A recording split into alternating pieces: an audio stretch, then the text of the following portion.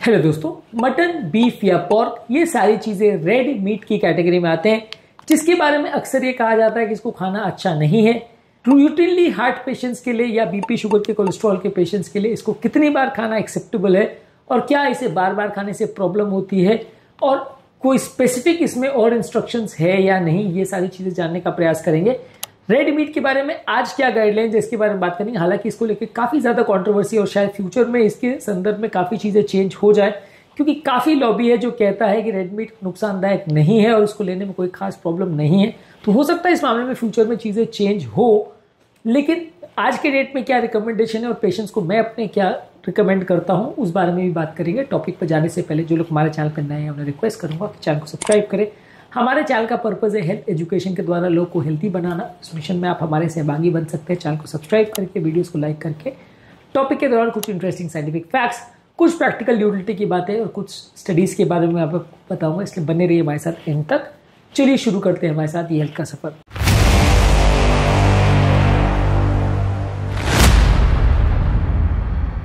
Red meat यानी mutton, beef या pork protein में, आयरन में, जिंक में और विटामिन B12 में रिच है।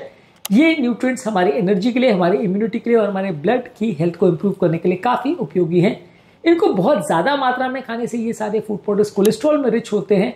कुछ इसमें इन्फ्लेमेशन करने वाले तत्व भी होते हैं, इसलिए हार्ट डिजीज और कैंसर के लिए इनको अच्छा नहीं माना जाता है। बेसिकली रेड मीट एक प्रीमियम फ्यूल की तरह है जिसको हाई परफॉर्मेंस के लिए यूज किया जा सकता है, लेकिन बहुत ज्यादा मात्रा में लेने से आप इनको बंद कर सकता है। फ्रीक्वेंसी इसकी मैटर करती है। अमेरिकन जर्नल ऑफ न्यूट्रिशन में आर्टिकल पब्लिश हुआ था जहां पे 5 लाख लोगों को एनालाइज किया था, जहां पे 3 सर्विंग्स रेड मीट की उन्होंने लिया था और उनमें पाया था कि 12 से 15% तक का कार्डियोवैस्कुलर डिजीज का रिस्क उनमें देखने को ज्यादा मिला।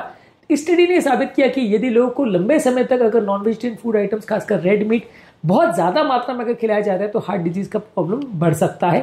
इसके अलावा प्रोसेस्ड और अनप्रोसेस्ड मीट में थोड़ा फर्क है। जो प्रोसेस मीट है वो ज्यादा नुकसानदायक होता है, जैसे बेकन, सॉसेज, हैम और कुछ डेली मीट वगैरह, जो कई बार बहुत ज्यादा केमिकल्स और चीजों से प्रोसेस किया जाता है। बहुत ज्यादा जगह कॉन्टिनेंटल ब्रेकफास्ट में और होटल्स में ब्रेकफास्ट में इनको सर्व किया जाता है। ये प्रोसेस मीट जो है ये अपने आप में, क्योंकि केमिकल्स इसमें ऐड हो जाते हैं, प्रिजर्वेटिव्स ऐड हो जाते हैं, तो ये और ज्यादा नुकसानदायक होता है। Journal of American medical association यानी जामा में एक आर्टिकल पब्लिश हुआ था 2017 में, जहां पर बताया गया था कि यदि कोई व्यक्ति 50 ग्राम पर डे से ज्यादा प्रोसेस्ड रेड मीट खाता है तो कोरोनरी आर्टरी डिजीज का रिस्क 18% तक बढ़ सकता है। ज्यादातर आपको कोशिश करनी चाहिए कि यदि आप रेड मीट ले रहे हैं तो साथ में सब्जियां, दाल, होल ग्रेन ज्यादा लीजिए, ताकि जो रेड मीट से बढ़ने वाला इन्फ्लेमेशन है वो कंपैरेटिवली कम हो जाए। अगर आप उसको बैलेंस करके लेते हो तो कंपैरेटिवली रेड मीट उतना नुकसान नहीं करेगा जितना अगर आप प्योरली मीट बेस्ड डाइट लेते हैं या बहुत ज्यादा मात्रा में मीट लेते हैं, खासकर रेड मीट। अगर किसी व्यक्ति को डायबिटीज है, कोलेस्ट्रॉल का प्रॉब्लम है और हार्ट डिजीज है तो रेड मीट को ज्यादा स्ट्रिक्टली रिस्ट्रिक्ट करना पड़ेगा। रूटीन लोग उसको कंपैरेटिवली फिर भी ज्यादा खा सकते हैं। जिनको ऑलरेडी अगर प्रॉब्लम पहले से कंफर्म हो चुकी है, डायग्नोज हो चुकी है, वहां पे आपको कंपैरेटिवली इसका सेवन कम करना पड़ेगा, यानी महीने में 1 आध बार से ज्यादा आपको उसको नहीं लेना है। अलग अलग केस में अलग अलग कल्चर और प्रैक्टिस के हिसाब से इसका इम्पैक्ट चेंज हो सकता है। वर्ल्ड कैंसर रिसर्च में बताया गया था कि इसमें बाद में बहुत स्ट्रॉन्ग एविडेंस है कि यदि कोई व्यक्ति 500 ग्राम कुक मीट पर वीक से ज्यादा खाता है तो कोलोन यानी बड़ी आंत के कैंसर का रिस्क बढ़ जाता है। तो रेड मीट से एक थोड़ा प्रॉब्लम है कि आंतों के इन्फ्लेमेशन को बढ़ाता है और नेचुरल जो गट के बैक्टीरिया होते हैं उनको डैमेज करता है, इस वजह से कैंसर के रिस्क को ये बढ़ाता है। जो रेड मीट के लीन कट्स ऑफ मीट रहते हैं यानी लीन मटन या बीफ रहते हैं उसमें फैट इंटेक कम रहता है, तो ये कंपैरेटिवली बेटर रहता है as compare to fatty cuts of beef या मटन। तो किस तरह से आप उसको ले रहे और जो पोर्शन आप ले रहे हो वो कितना फैट से भरा हुआ है या नहीं, वो काफी डिसाइड करेगा कि उससे फायदा हो रहा है या नहीं। यदि प्रॉपर तरीके से और प्रॉपर मात्रा में और प्रॉपर पोर्शंस के साथ खाया जाए, यानी हफ्ते में मैक्सिमम 2 से 3 बार से ज्यादा अगर इसको नहीं हम खाते हैं पर वीक, तो इसमें आपको उतना ज्यादा प्रॉब्लम नहीं होगा और इसमें लॉन्जिटिविटी लोगों को बेटर मिलेगी। हार्वर्ड की एक स्टडी ने बताया था कि मॉडरेट कंजम्पशन करने वाले लोग की लॉन्जिटिविटी बढ़ेगी। मैंने ऑलरेडी टॉपिक के शुरुआत में डिस्कस किया था कि इसको लेके काफी कंट्रोवर्सी और कई मीट के सपोर्टर्स आजकल बहुत ज्यादा इस पे कंटेंट बना रहे हैं। बहुत ज्यादा यूट्यूब पे भी वीडियोस हैं जो कहते हैं कि रेड मीट को फालतू में ब्लेम किया जाता है, लेकिन एक्चुअल में नुकसान नहीं करता है। इस मामले में काफी डेटा भी है जो कहता है कि सैचुरेटेड फैट को भी बहुत ज्यादा ब्लेम किया जाता है, लेकिन एक्चुअल में वो नुकसानदायक नहीं है। पर लेकिन ये है कि इस मामले में मैं अभी भी थोड़ा सा डाउट में हूं, क्योंकि इस मामले में ज्यादातर गाइडलाइंस कहती है कि वो नुकसानदायक है, इसलिए मैं अभी भी अपने पेशेंट्स को ज्यादातर ये प्रिस्क्राइब करता हूँ या एडवाइस करता हूँ कि इसको बहुत ज्यादा मत खाएं और कंपैरेटिवली कोलेस्ट्रॉल कंट्रोल करें।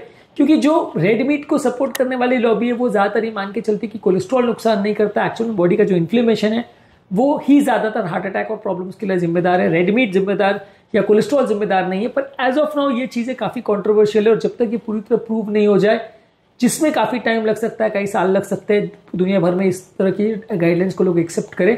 इसलिए जब तक गाइडलाइंस इस मामले में पूरी तरह श्योर नहीं हो जाती और सब लोगों को रिकमेंड नहीं करने लगते, तब तक हम आपको एटलीस्ट ये नहीं कह सकते कि आप इसको जितना मन चाहे खाओ, ये कोई नुकसान नहीं करेगा। तो इसलिए अभी फिलहाल के लिए मैं आपको ये कह रहा हूँ कि गाइडलाइंस ये कहते हैं कि इसको हफ्ते में एक आध बार से ज़्यादा या बहुत ज़्यादा बार इसको नहीं खाना चाहिए। इसमें मेटाबॉलिक रिस्क फैक्टर्स होते हैं जो कि कोलेस्ट्रॉल, यूरिक एसिड और फैटी लिवर के प्रॉब्लम्स को बढ़ा सकते हैं।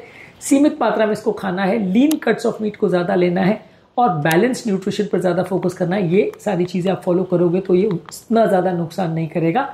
अगर फ्यूचर में इस संदर्भ में गाइडलाइंस चेंज होती है और यदि लोग ये एक्सेप्ट करने लगते हैं कि नुकसानदायक नहीं है, इनफैक्ट फ़ायदा करने वाली चीज़ है, तो फिर हम भी आपको उस तरह से कंटेंट में बता सकेंगे। लेकिन एज ऑफ नाउ ज़्यादातर गाइडलाइंस ये कहते हैं कि इसको बहुत ज़्यादा खाना अच्छा नहीं है, तो भी आप इसी को फॉलो करिए। फ्यूचर में अगर चीज़ें चेंज होती है तो हम एक दूसरा वीडियो बना के आपको उसके बारे में भी सूचित करेंगे। उम्मीद करूंगा कि आज के टॉपिक में कुछ नई बातें जानने को मिली होगी। जो लोग हमारे चैनल पर नए हैं उन्हें रिक्वेस्ट करूंगा कि चैनल को सब्सक्राइब करें। हमारे चैनल के ज़्यादातर व्यूअर्स जो इस चैनल को देखते हैं उसमें 80-85% लोगों ने अभी तक चैनल को सब्सक्राइब नहीं किया, ये हमारे एनालिसिस बताती है। इसलिए आपसे रिक्वेस्ट है कि जो सब्सक्राइब करने में आपको 2-4 सेकंड से ज़्यादा टाइम नहीं लगेगा, एक फ्री एक्टिविटी है, उसको करने से हमारे चैनल को काफ़ी प्रमोशन मिलेगी और हम जो ये हेल्थ इनिशिएटिव ले रहे हैं, लोगों को एजुकेट करना चाह रहे हैं, उसमें काफ़ी सपोर्ट मिलेगा। कंटेंट ज़्यादा से ज़्यादा लोगों तक पहुँच पाएगा। इसलिए थोड़ा समय निकाल कर वीडियोज़ को लाइक करिए, शेयर करिए, चैनल को सब्सक्राइब करिए। आपके कमेंट्स हमें बताने में मदद करते हैं कि आपको हमारा कंटेंट कैसा लग रहा है, प्लस हमारे मोटिवेशन और इंस्पिरेशन का भी काम करते हैं। इसलिए वीडियोज़ को कमेंट्स करते रहिए, देखते रहिए और हेल्थ के सफर में हमारे साथ आगे बढ़ते रहिए।